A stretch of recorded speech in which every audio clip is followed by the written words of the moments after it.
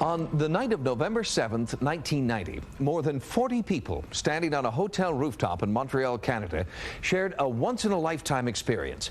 Above them, in the night sky, an enormous oval of light, described by many as a mothership, hovered silently for more than 2 hours. These eyewitnesses were all part of the most significant mass UFO sighting in Canadian history. UFO sightings by multiple witnesses are extremely rare. Perhaps the largest mass sighting occurred in 1991, when hundreds of people in Mexico City all reported seeing the same UFO appear and reappear over a one-week period. But despite hours of videotaped footage and eyewitness accounts, the Mexico sightings were never investigated by a single military or governmental agency. And in Montreal, the largest mass sighting in Canadian history is receiving the same lack of attention from the very people who could hold the key to unlocking one of the world's most profound UFO mysteries. It happened on a foggy November night in 1991. More than 40 people all shared a stunning experience. I saw this thing. It was not looking like an object at all. Stunned. There's no other word. I was stunned. Bernard Gannett said that he saw the UFO as he hurried home from a late night at the office. It was more like a kind of pencil of light. It was a greenish color, but looking very odd. Guests at the Montreal Bonaventure Hotel reported seeing the UFO while swimming in the rooftop pool. Lifeguard Lynn St. Pierre was on duty that night. So I stepped outside, I looked at the lights, and I was kind of scared because I didn't know what it was. So I went back in. I said, somebody pinched me because I don't believe what I see. This is a photograph of the object they all saw. Shrouded by a thick blanket of fog, the UFO appeared to hover low in the night sky for nearly 3 hours.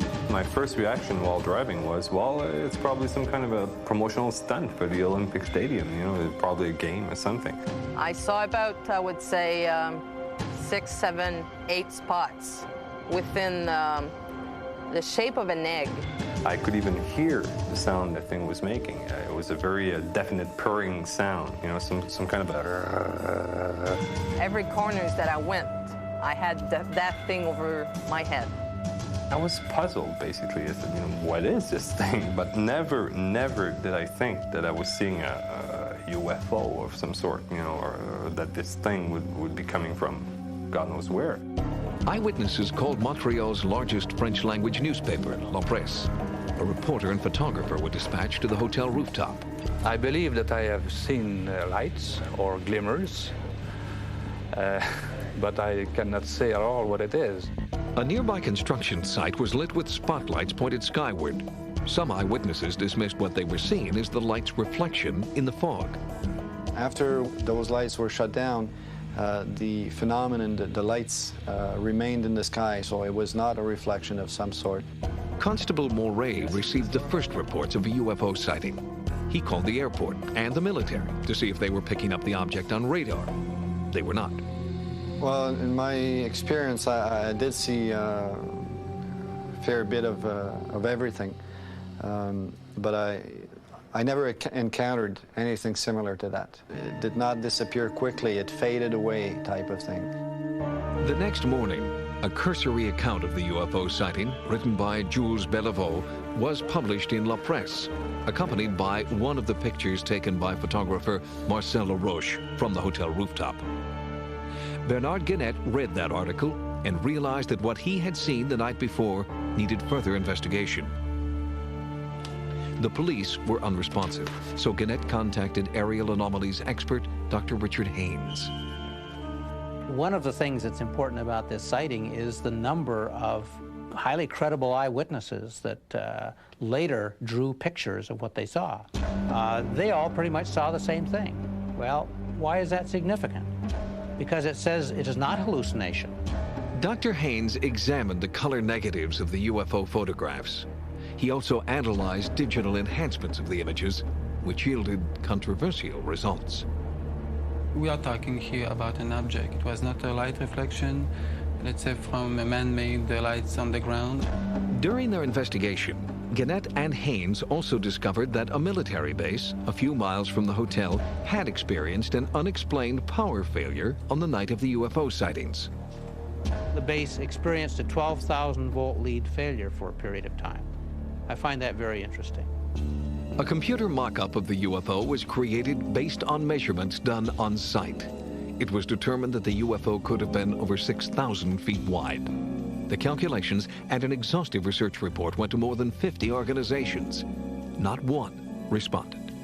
That's significant, that a large object could hover over downtown Montreal, a major metropolitan area of North America, and be seen by so many people, pictures drawn of it, photographs taken of it, and no official response. That, to me, is fascinating.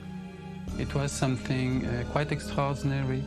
They had the feeling that it was not from here, that it was different. Based on my experience as a police officer, I really can't say what the origin of these lights was.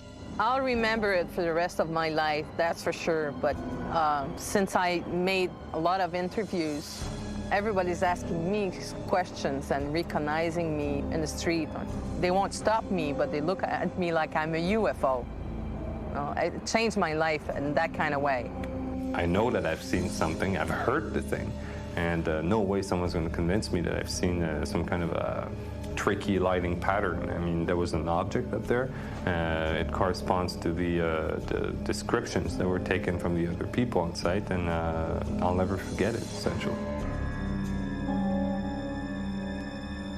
Although the lights hovered over Montreal for nearly 3 hours and between 40 and 75 eyewitnesses were present, no official government or military unit was dispatched to investigate.